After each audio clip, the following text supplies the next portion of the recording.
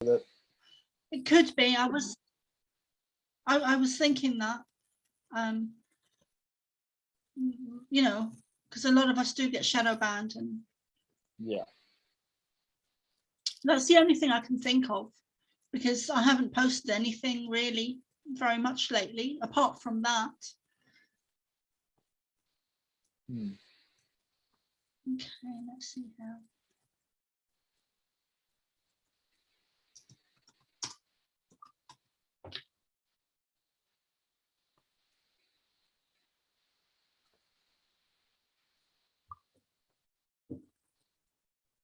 What time is it there, Brad? 12:42. So not too bad.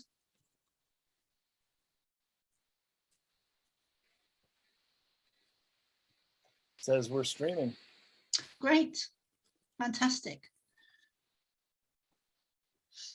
Okay, so welcome everyone to the Cosmic Ascension Waves of Light, or the Cawl.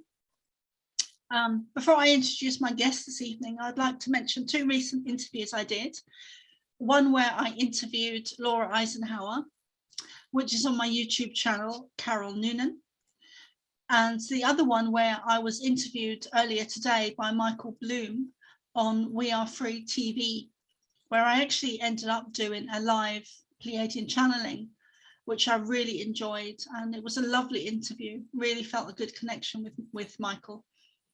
And this will be on his YouTube soon over the next few days. We Are Free TV, or Michael Bloom on YouTube.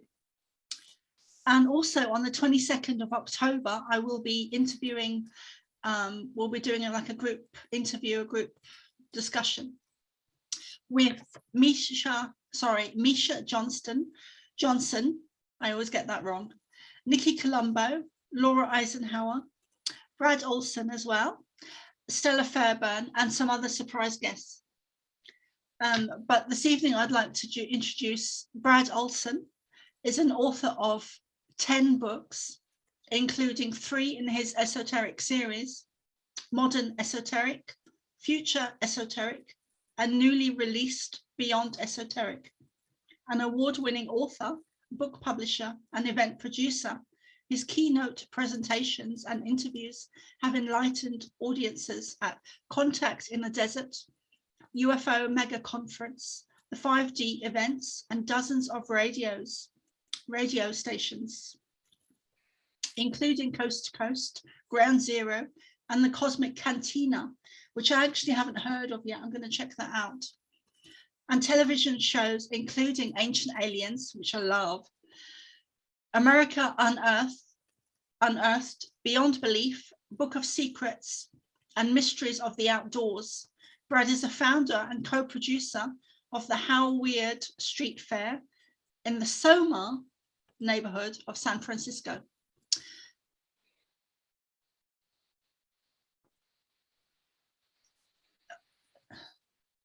The Chicago native's esoteric writing continues to reach a wide audience, while he continues breaking ground in alternative journalism, public speaking, illustration, and photography. So welcome, Brad. Hey, nice to see you, Carol. Thanks for having me on again. Yeah, it's really good. Welcome back. I'm really looking forward to connecting in with you again and learning more about you and sharing more of your work. I really wanted to actually, I wanted this discussion or interview, whatever you want to call it. I don't like calling it a show, but I really wanted to find out more about you and your experiences and your books and your work and how it all started. I've always had an interest in Antarctica and what you're doing now in your work and how you progressed and where you are today, what's happening with your work. So I'm just going to kind of turn the floor over to you. Well, you can add another History Channel TV show to my resume called The Proof Is Out There, which just aired a week or so ago. And indeed, I was talking about Antarctica on that show. If you know how TV shows work, sometimes the interviews in front of the camera can go for hours. and you never really know what they're going to use. And in this particular case, when the show finally aired and I got to see the episode, it wasn't what I expected. I had submitted to the show called The Proof Is Out There many dozens of videos, slides, links, and the one they used was not the one I thought they would, but it's fine. It was this very round, disc-shaped, what I identified as looking like a craft, tucked into the ice. It was about 1/3 into the ice and a perfect round sphere. And I spoke about that. And when you look at it in Google Earth in the 3D mode, you'll see that it has a little bit of a bottom. So that's what I talked about. And then they brought in a couple other people to analyze it, including George Haas, who does a lot of work with images on Mars and other planets, as well as Antarctica. And he seemed to think it also looked like a disc, because nature really does not create perfect symmetry, either 90-degree angles or perfect round shapes, all that often. It can happen, but not quite like that with a three-dimensional view showing the bottom. Well, then they brought in another guy and he said, well, when I looked at it, it looked like a pond. Who the heck knows? See, the thing about Antarctica, it's kind of like Mars, the moon. You could see things, you can analyze them with Google Earth and off planet. They have one from Mars and other planets. You can look at this stuff till you're blue in the face. And it's kind of like when you see some puffy clouds above, you can see shapes or anthropomorphic images in it. It'll change as the cloud changes, and you can see things in the ice.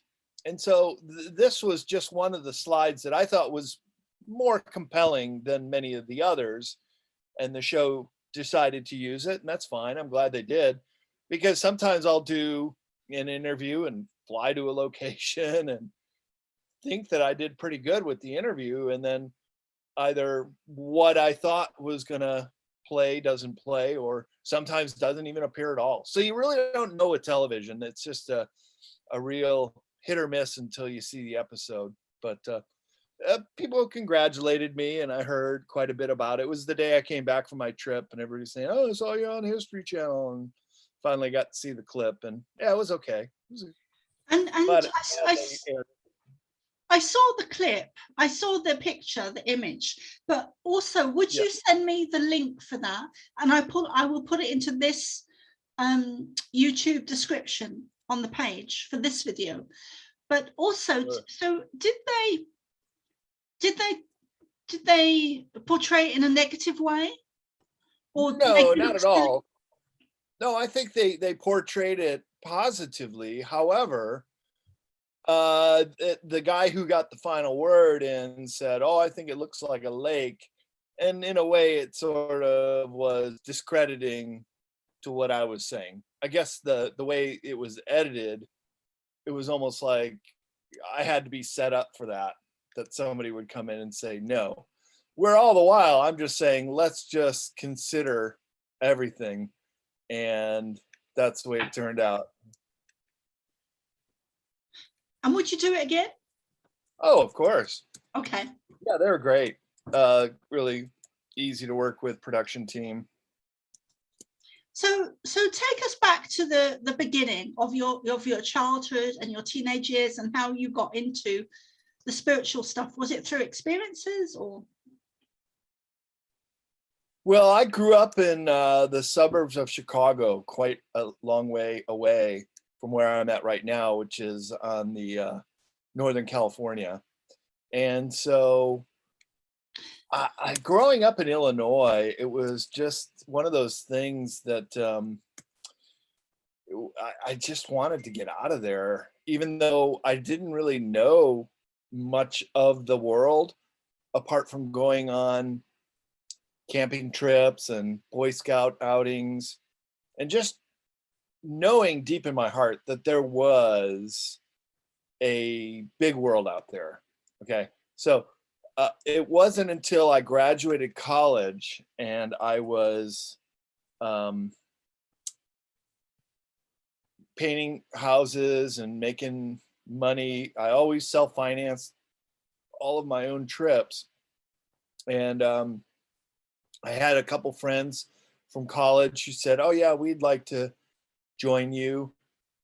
But one by one, they dropped out. So I went to Europe alone, and I went to the town that you live in right now on that trip, and down in southern England. That's where I started out, and then uh, had a Eurail pass and went to a whole bunch of different countries after that.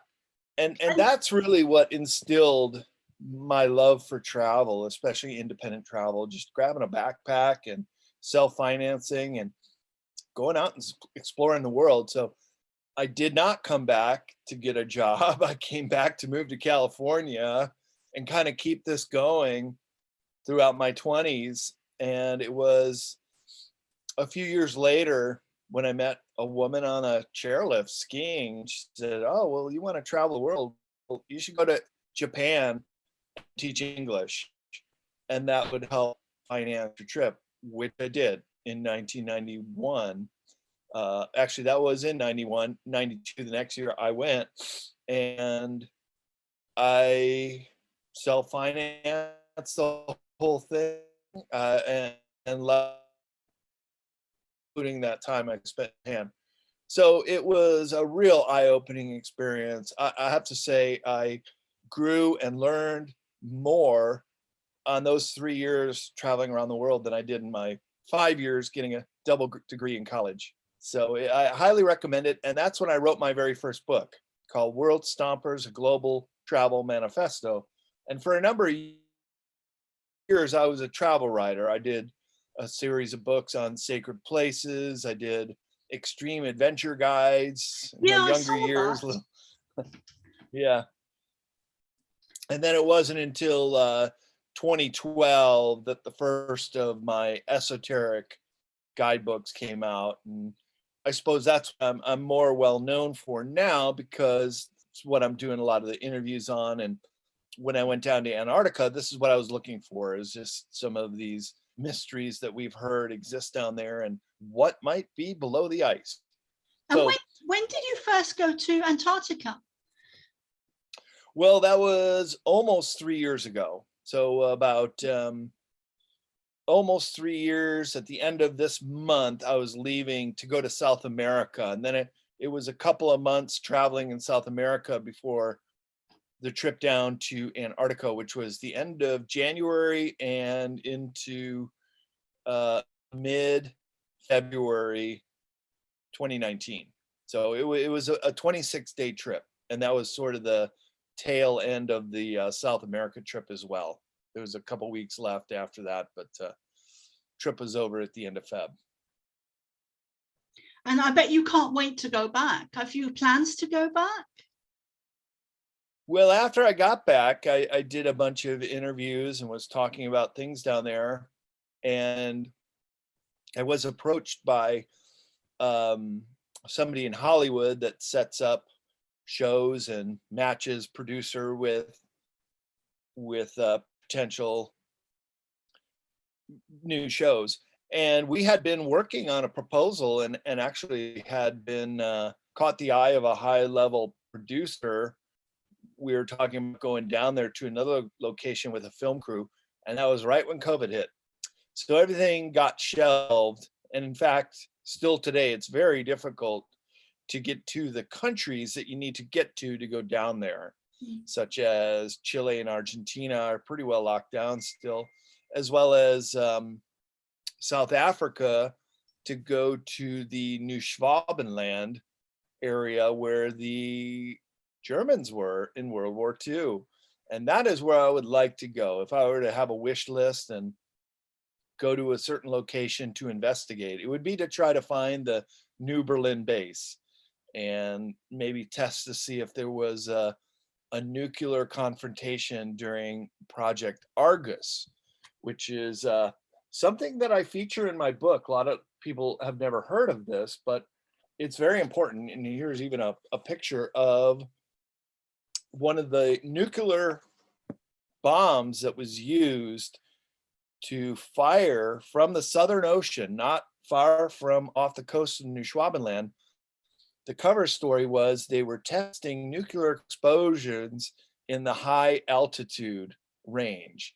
Why they had to do it down there and why they were right off the coast of New Schwabenland is a big mystery. In fact, Project Argus is still considered top secret, even though it happened in the late 1950s.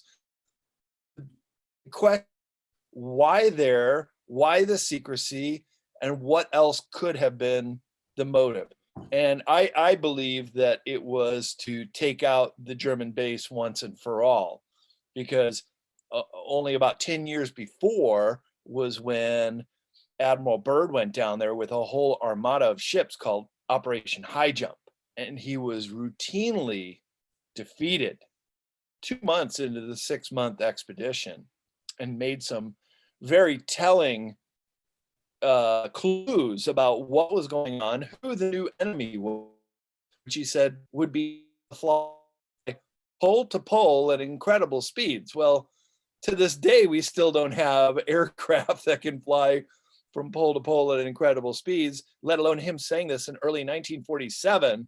And he was severely reprimanded upon coming back for having leaked this information and others about what was at that New Schwabenland location. So I would like to go down there with some Geiger counters and see if we can pick up radiation, which would still be there and which would really, in fact, determine that Antarctica got nuked. Now, here's another little tidbit, and I do cover it in my book, Beyond Esoteric, that the Antarctica Treaty was started just right after this Operation Argus.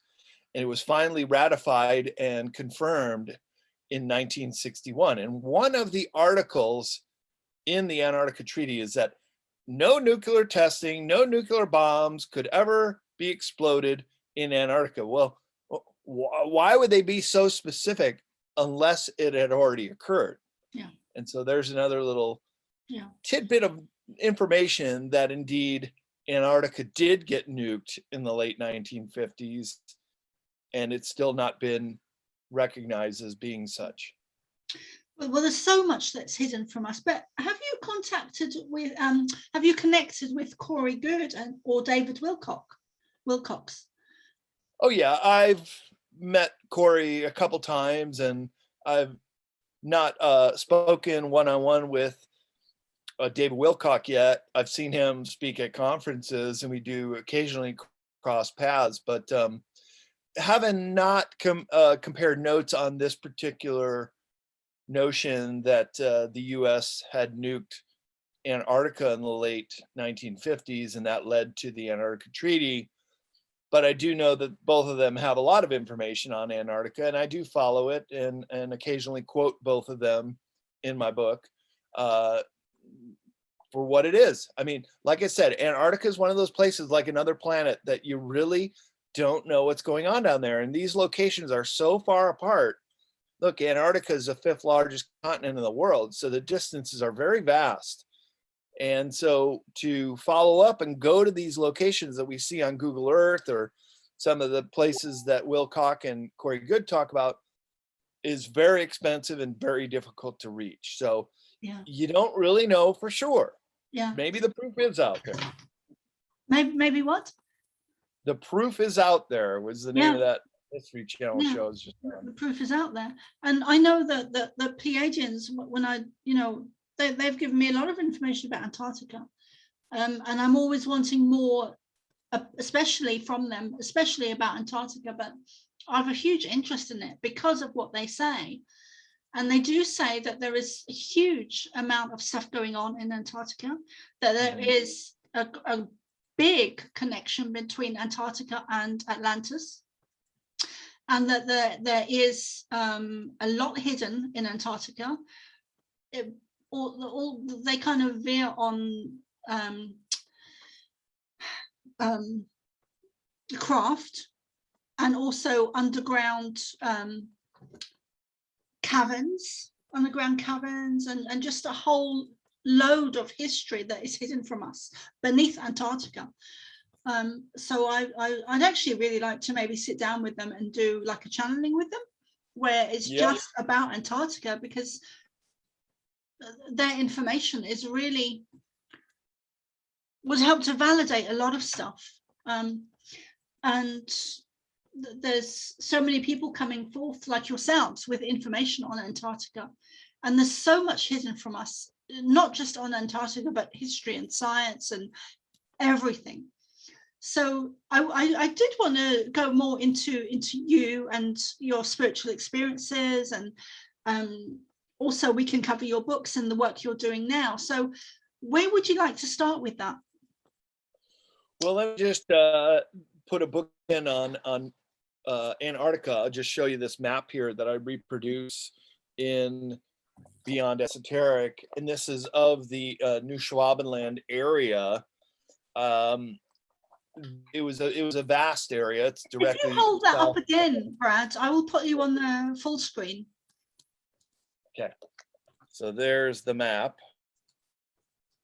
that I was speaking of, and here's there's one possible craft under the ice. This was another map that came out fairly recently of the underwater routes that the U-boats would take to enter this New Berlin base, which in 1943, Admiral Donitz of the Navy, German Navy, made a quote to his U-boat fleet that they had established, that they had already found it, not that they were looking for or they wanted to, but they had already established a base in a faraway location that was going to be a Shangri-La for the Fuhrer. So there's quite a bit of evidence that Hitler did fake his own death, and many other top Nazis escaped at the end of World War II, including Martin Bormann. And he's important because he was the money man. He was controlling the wealth and moving it around during the last years of the Third Reich, and had financed quite a few corporations.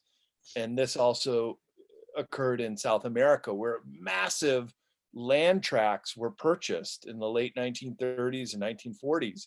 Some of these land tracts in Chile and Argentina, and I was looking into some of them and trying to get close to them. You can't really, they're all privately held, and they're like mini countries within a country, and the owners are unknown, and they're huge. Some of them are as large as some of the small states in the US, like the size of Delaware or Connecticut. Wow. They're just huge. So who knows what you can hide in those places. Yeah. And then this goes into a lot of the Nazi technology that was whisked out of the country to presumably these locations, Antarctica, these large land tracts. And there the science and discovery continued, and they would work on these crafts. And in fact, those were the crafts that buzzed over the Capitol in 1952, that very famous sighting over the craft. But most UFO researchers would agree that those are the craft that could fly to pole at incredible speeds. And they were basically giving Washington, D.C. an ultimatum. They said, look, we beat you in a high jump. We can fly over your most sensitive operation and capital, and there's nothing you can do about it. So they were basically blackmailing the US government. And that's why I think they did finally nuke that location a few years after. But this is why this is esoteric history. It can't be reported the way it really was, because it would suggest that the Nazis were not defeated. In fact, they reformed into the Fourth Reich, and many of their scientists and even officers came over to the US under Project Paperclip. And this is the neo-fascist dictatorship we see with such an iron grip around the world today. I would propose it is largely these intergenerational Fourth Reich Nazis, which are largely responsible for the globalist agenda, more commonly known as the New World Order, which we see rearing its ugly head to this day. I totally agree with you. And what I've been shown is that all systems on Earth are run by negative ET energy. And Right. and that really links in with the Nazis and their people in charge at the top of the top of the pyramid with them.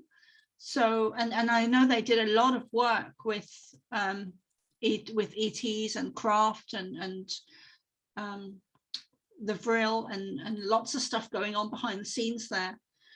So yeah, just I mean, it just amazes me how much we are lied to on a mass scale. We really are. And at least the one good thing you could say that is coming of this is that people are starting to see it for what it is. The Great Awakening is occurring. And the more these lies get exposed, the more people are waking up. And that has got to be a good thing. And that's really the only saving grace that we have, is a collective awakening. And do you think, so, sorry, Brad, to interrupt you. Well, just the faster that it happens, yeah, the quicker we can shake this yoke off and get on with this new reality, this golden age, this 1,000 years of peace, because we're really riding the razor's edge here. And we could flip to the worst form of fascism we could ever imagine. It would make George Orwell roll over in his grave, or we can get rid of these globalists, this cabal that is doing all this, and move on as the human race, as we're meant to do in timeline 1. And do you see a positive timeline? And I was going to say something else then, but it's totally gone out of my head. Sorry. But do you see a positive timeline? Well, I do, because for one, I'm optimistic that we're better than that we don't need to be controlled in this kind of way, that humans are meant to be free. We operate on free will, and we can do things that control our destiny. And to have this control grid so hard the way it is just the way we break out of it.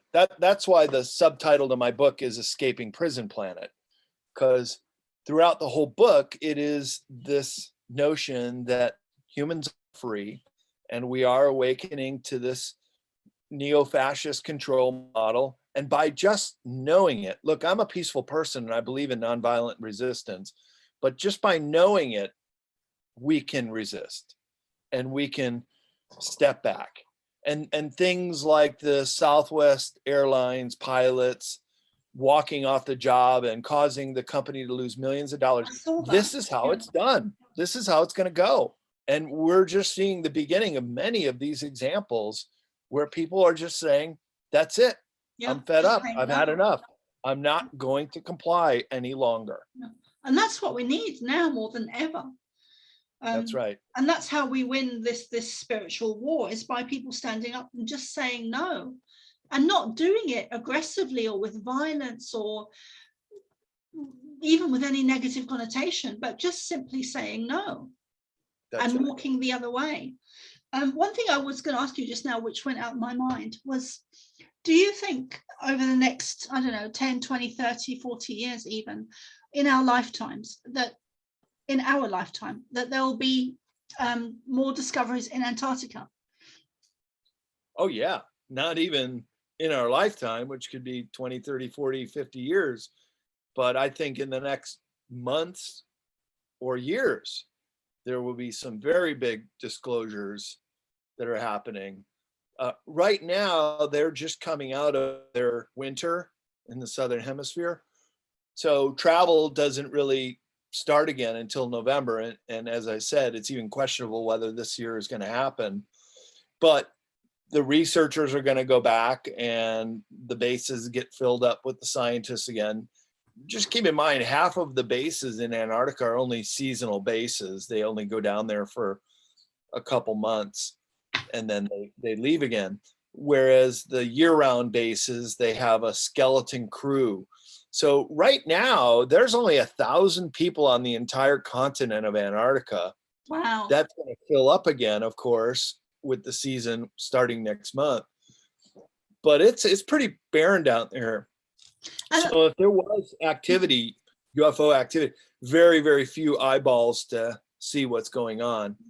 I did an interview a couple of years ago with a guy called Bill Peters, who was interviewing me, and I don't know if you've heard of him, but he was saying that he was in the military, and that he was actually based in Antarctica, and he saw part of a wall that was an ancient wall, and I don't know, I haven't been able to get in touch with him again. I'm not sure if he's still with us or if he's passed away, but that was very interesting what he was saying.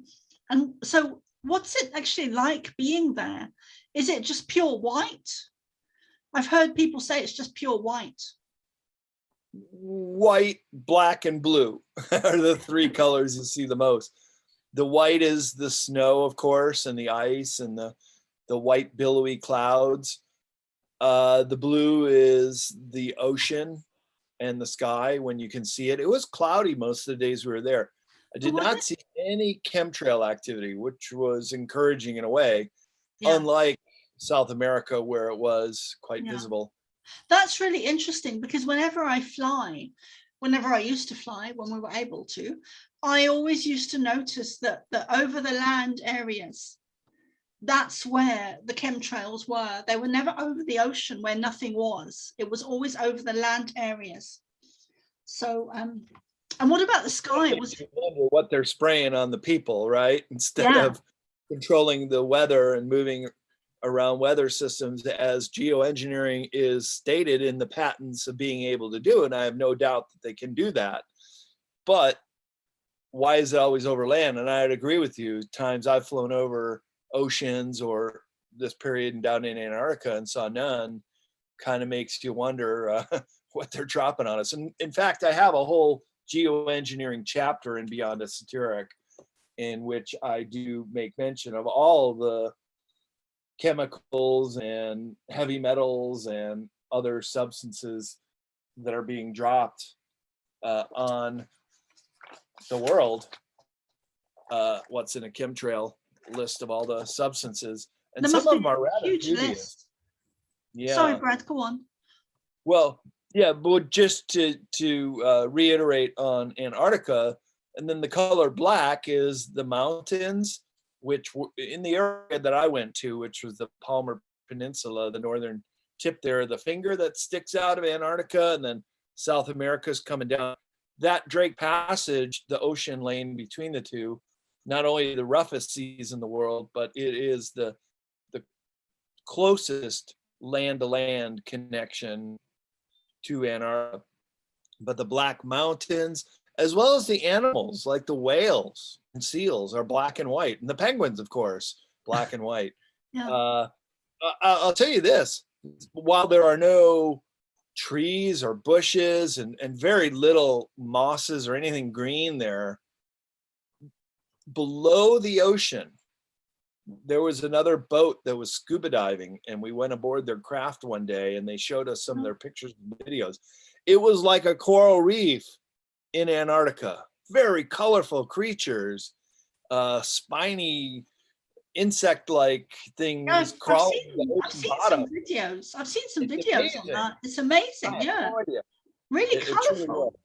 Very, very colorful. And I'm a scuba diver, and I've been to many coral reefs around the world, and this would be right up there with colorful coral reefs under the ocean, but not above.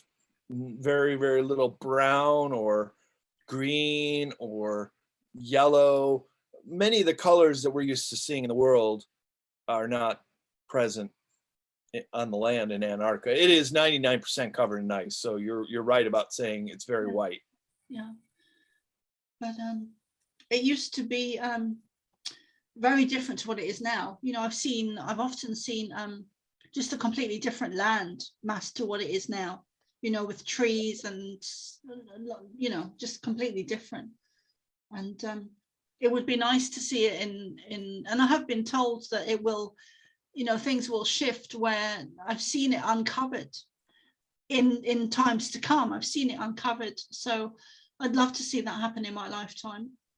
I don't know what kind of event would cause that to happen, or situation, but I think that would just be amazing, because that would uncover a lot of things. I've been told by the Pleiadians that the ice is placed there deliberately to cover up whatever is there. I personally believe that there is craft there, and there are huge caverns, and there's a lot going on there now, and there has been a lot going on there in the past that are sacred sites or sacred caverns, or just a lot there, a lot of history. And once that area is uncovered from the ice, it will, really be in people's faces, where they cannot discredit or deny our true history and our true existence and where we came from, because it will just be undeniable, where they can people will no longer be able to say, well, I don't believe in aliens, or I don't believe in giants, or blah, blah, blah, whatever it is, because the proof lays in Antarctica. It really does. There's evidence there that is, sorry, I'm going on, Brad, but there's evidence there that is really covered up. And I know I made a joke a couple of months ago about you sending a what do you call them, a drone to Antarctica, but that's not such a bad idea if you can get the funding or some type of something. If you get the funding. Yeah. Not so easy sometimes. Well, I'm sure Corey Good's got a stash tucked away somewhere. Yep, indeed. So, anything else you'd like to share about Antarctica? Because I haven't done with you yet, but about Antarctica specifically.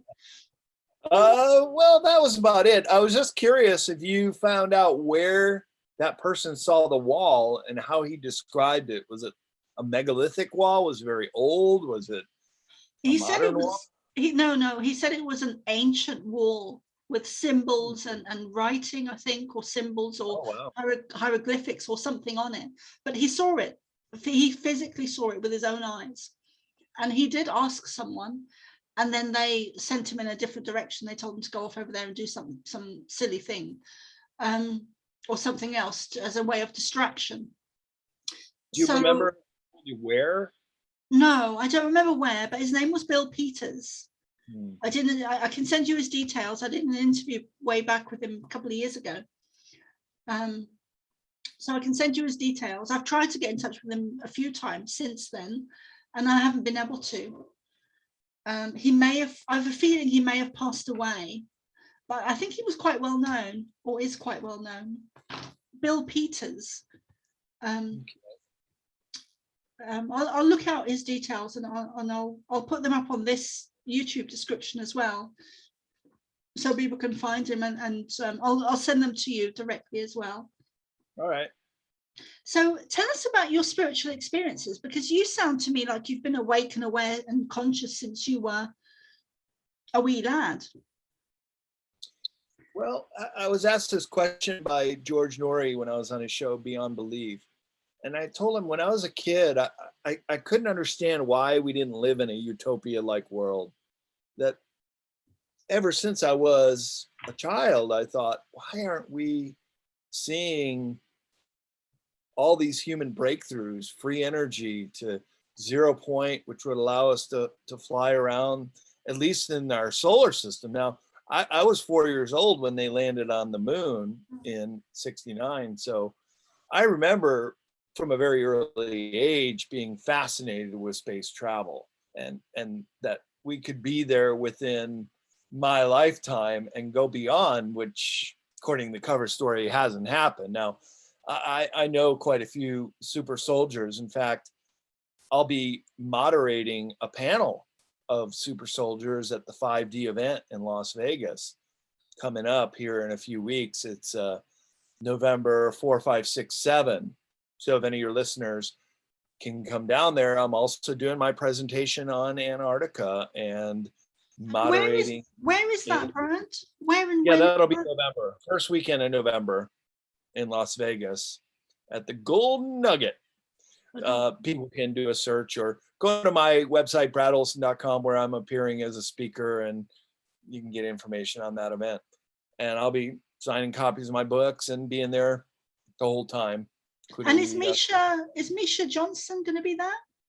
She usually is at these 5D conferences. I haven't looked at the most updated list about who's going to appear, but quite a few really important speakers. Tony Rodriguez, James Ring, Penny Bradley are going to be on the Super Soldier panel.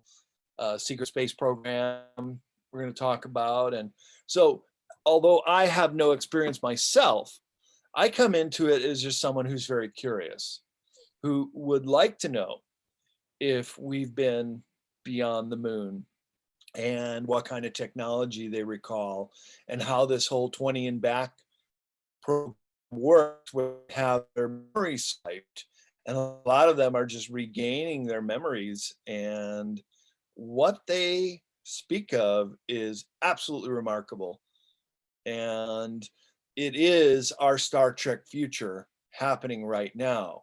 In fact, you could even say that our Star Trek future has been hijacked from us, the secrecy state.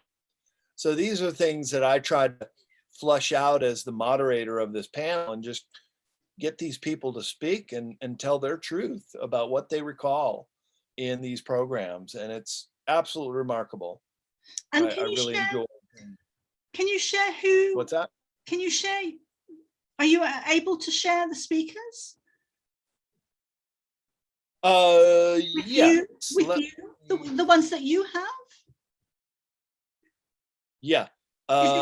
Michael Jaco? He's not going to be able to make this trip. So, okay, now I'm looking at the poster, and I will send this over to you.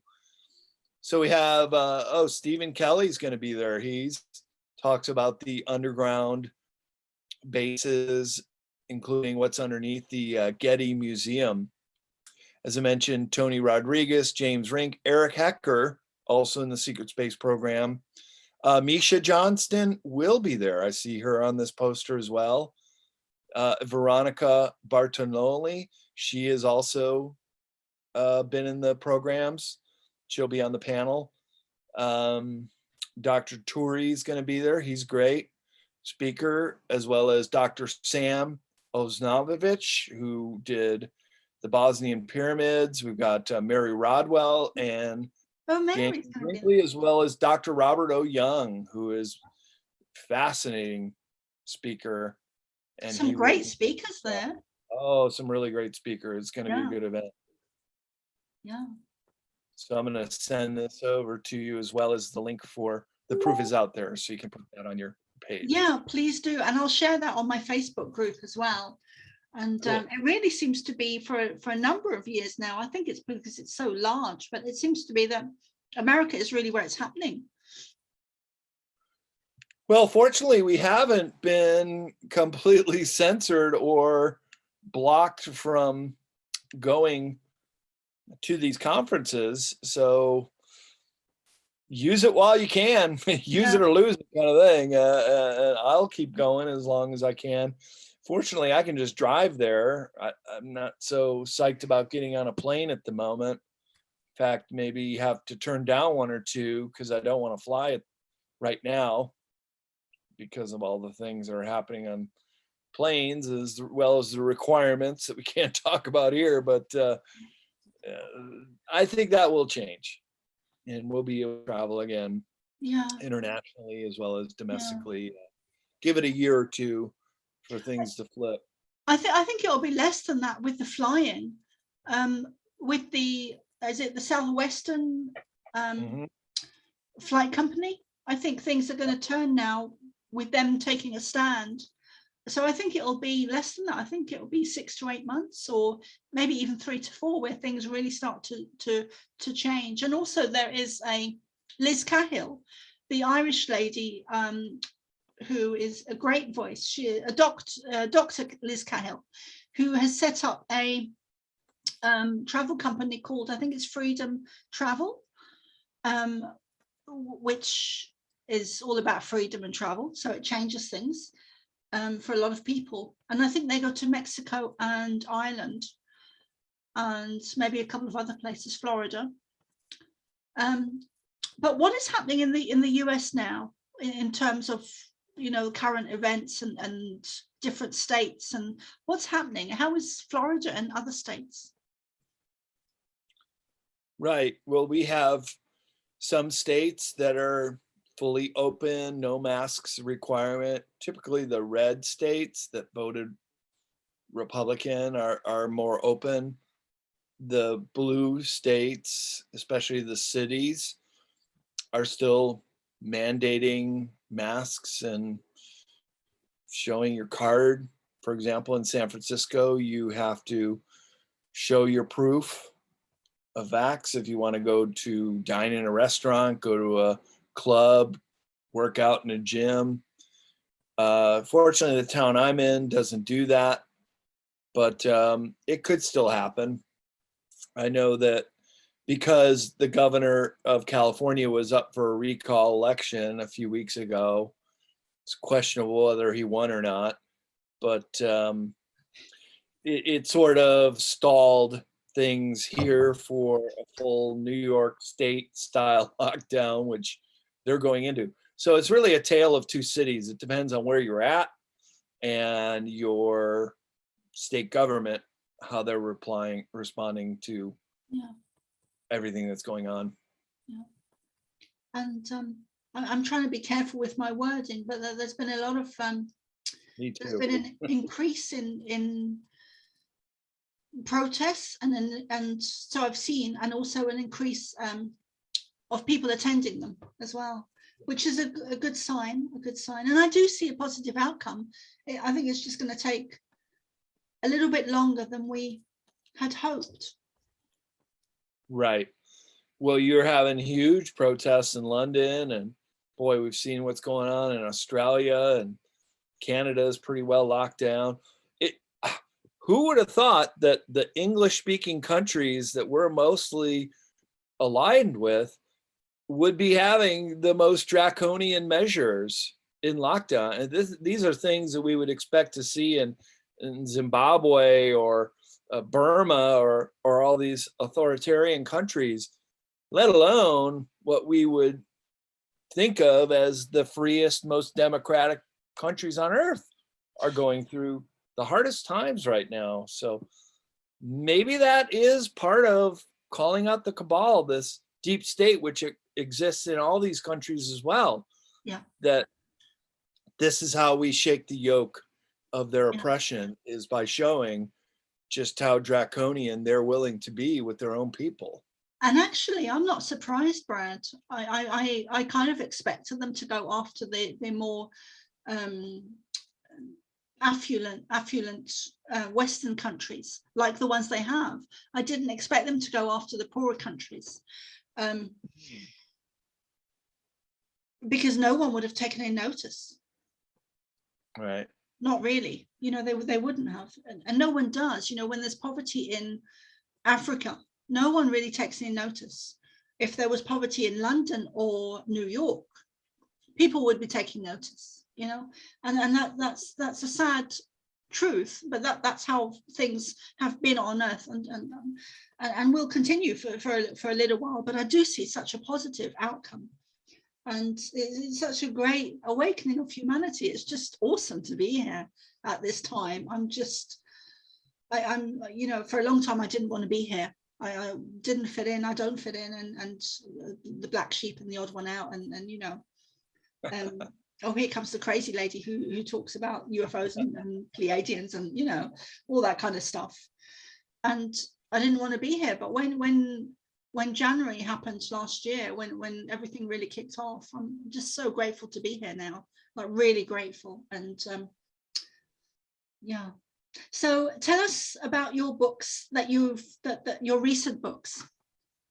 I know you've held them up before, but yeah. Yeah, well, the most recent is Beyond Esoteric, just came out earlier this year. The other two in the series is Modern Esoteric and Future Esoteric. This one took me 6 years to write, 470 pages of new content. I never repeat my material. Sometimes there's a little overlay if I need to rediscuss something and bring out some new information. But basically, it's all new chapters, all new information, and very current with what's going on in recent times.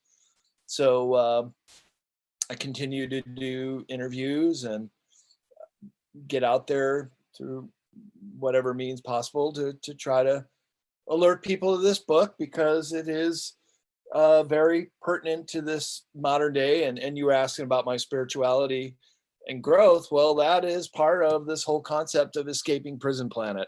So for me, it's been a lifetime quest from the time I was a little kid, questioning whether or not we should be living in a utopia world, to, as an adult, examining these questions, as well as really going inside of myself, know thyself, to inquire within, as the Buddhists would say, and just try to understand the human dilemma that we're in, and putting words to paper and creating these books, and giving people hope that there is a way out of this prison planet. And it is through that inner journey of knowing thyself that is how you start the process of escaping prison planet. And have you been to India or anywhere similar where, I mean, do you meditate? You know, have you spent time in any spiritual countries, or because Well, I I know have. you've traveled a lot. Yeah. I spent 6 months in India and 1 month in Nepal within that 6 months. And I have a website called stompers.com. I mentioned my first book. It's still online. You can chronicle my trip around the world and see the different stories I wrote about and adventures I took in India, as well as other places. Yeah, I went around the world. I've been to 50 some countries in my life, and Wow, continue to that's love to travel. amazing. Yeah, well, 57 countries. Wow. yeah, almost as many countries as I am years old, so it's up there now. And boy, I tell you, it's just been an educational and growth experience every time I've gotten the opportunity to go to another country. But even traveling around the US is really rewarding and expanding. So when life throws you lemons, what do? You make lemonade. And I've used the opportunity to go to places in California and the West Coast. I drove out to Illinois this summer and saw my family, and many friends along the way, and new adventures. So it's not slowing me down, although I am kind of itching to take another international trip. We'll just have to see what the requirements are going to be to do that. And where would you like to go? Where's your Well, I first? might be heading to Southeast Asia, to Cambodia this January for a travel forum that I occasionally get invited to. And I've also been asked to co-lead a trip to Egypt, more Wow. towards April or May. Wow. And that would kind of be dependent on the How Weird Street Fair is an event I produce in San Francisco. We just did our 22nd annual event last month, but normally we're a springtime event. So depending on if we continue with our schedule of being an early May 2022 event, that kind of keeps me tethered to the Bay Area here in California around the time of that event. But then after that, spring loose and find some new horizons, and continue to travel in my great 4x4 4Runner truck, which can take me down any dirt road or sand pit or snow condition. Really, I love it. I like having the freedom of travel. I really miss not having traveled as much as I wanted to in the past, because now obviously we can't.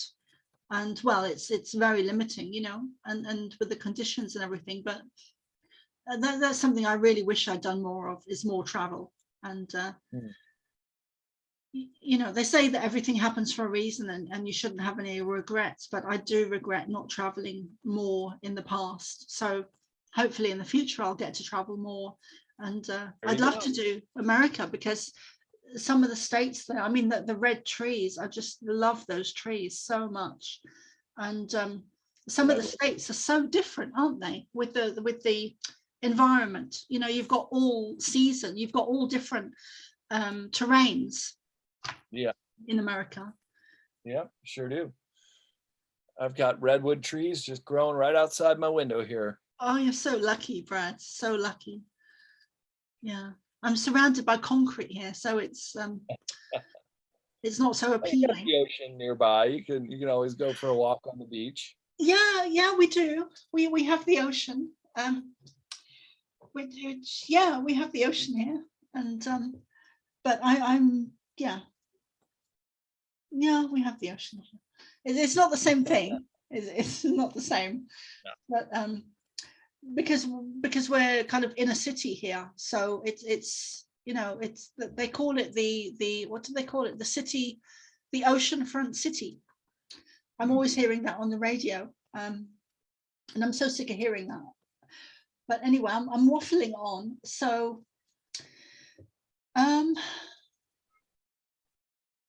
so I know you were talking about the event in Las Vegas.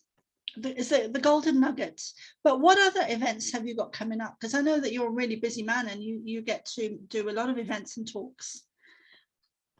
Yeah, then the next events will carry over into 2022. So what I have confirmed for 22 is the UFO MegaCon, which is moving to Las Vegas as well at the end of February. Human Origins Conference in Albuquerque, New Mexico at the end of March.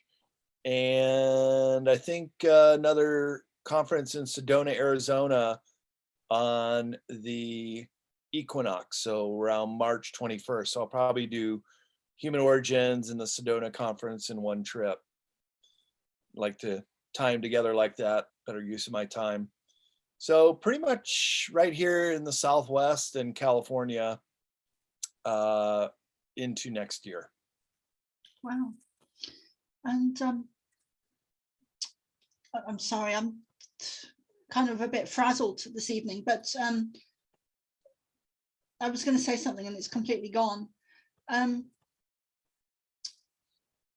Will you share that's it, it's come back. So will you share all the links that because we've talked about quite a bit tonight, and different books and links and things that you've got going on, but would you be able to send all of them to me, and I will put all of the links into the description? Yeah, sure, of course. Yeah, not a problem. And I'll put the links up about Bill Peters as well, and I'll send those to you directly. So you bet. Is there anything that you would like to share?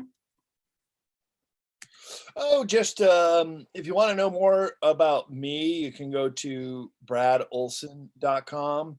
The event that I produce is called How Weird Street Fair, howweird.org. And my book publishing business is cccpublishing.com. I just shared you those links. And if people go to cccpublishing.com, they can explore my books, some other authors that we publish. And if they order a book through that website, it goes through my office and I'm able to sign copies for people. That's the only way to get a signed copy book, that or come into one of the conferences where I'm speaking at and come over to the book table and say hello. And if you want to grab a book, I'll sign it for you at the table there too. So coming up, yep, we're going to do our roundtable meeting in about a week with Laura Eisenhower and a few others. That's going to be great. So yeah, on the 22nd.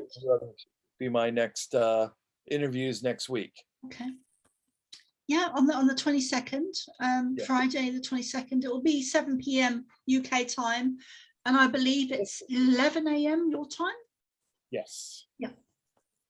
I'm actually getting getting used to the learning the different time zones, which was in the beginning, it was horrendous for me because I'm dyslexic and I couldn't get my head around the time zones. And I made a few mistakes in the early days when I was first started interviewing. But I finally got my head around some of the time zones. So mountain time is 11 a.m. and 7 p.m. UK time. And so please send me all the links for everything we've spoken about tonight that you want to share. And also, do you have a positive message for humanity? Well, I do. And we're in very troubling times right now. It appears we could go one way, which is very drastic, very lockdown world, fascist type enslavement on this whole planet, not just in my country or your country, the whole world.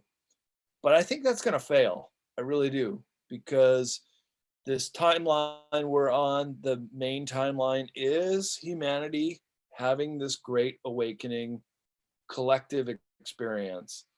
And this will also mean the release of over 6,000 patents, which have been bottled up, many of which I describe in my book, Beyond Esoteric, as being withheld from humanity.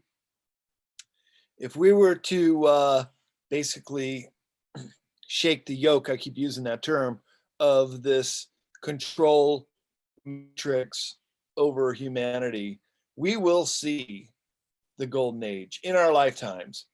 And that is what I'm very much looking forward to. So I think my message is, don't lose hope. Don't go into the fear or anger state of what's going on around us, even though very much so you would be, all of us could be very well able to feel that way. But what I'm saying is, don't do that, because that brings your whole vibration, your aura, everything down when you go to these levels. Plus, it makes you a lot more susceptible to manipulation if you're in an anger or fear state. So try to be positive, think positive thoughts, and just be the change you want to see in the world. Be in service to all, to be helpful, and to just remain happy and cheery if you can, and let that parlay over into other people around you, your friends, your family, even homeless people. I gave a couple dollars away yesterday, saw a homeless, they asked for it, I give it to them. It's not a big deal. So just try to be good in everything you do, from your thoughts to your actions to your words. And this will then translate into more of us being part of the solution rather than part of the problem. So there is hope. I think we're going to get through this. I think we're going to see a glorious new age on the other side. How long that's going to take and how much darkness we must endure until we get there still remains open. But I think it's sooner than we think. We're going to see a shift here.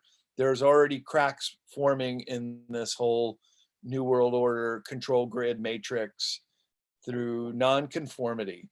And that's all we can do, is people who believe in nonviolent resistance, is just do not engage in this dinosaur system, which is coming to an end. And we will see a glorious new world afterwards. And I look forward to speaking with you about it, as we will do on this Friday with our roundtable discussion. So we'll pick it up then and have some other great voices with us. So hope your listeners will come back and be a part of that on Friday. Yeah, thank you, Brad. That was really good. That was really lovely. And I also want to share again that I did a interview earlier with Michael Bloom, and did a really lovely channeling with the Pleiadians. So everyone go and check it out. I think he's going to have it up in the next couple of days. And that they were saying some really beautiful things, and it was a really good channeling. And I was quite surprised, because I can never guarantee, even in paid readings, where I'm paid to channel the Pleiadians for people, I can never guarantee that they will come through. And if they don't, then I will reset another day for the reading, because that's that's the thing to do. So, but in this interview I did, it was a beautiful channeling, and I didn't expect them to come through in the way they did. And so go and watch that when he has it up, probably in the next couple of days. He has it on We Are Free TV on YouTube, Michael Bloom on YouTube. So go and check that out, guys. And also the interview I did recently with Laura Eisenhower was a few days ago. I seem to have been shadow banned again on Facebook, and I have to be careful what I say, because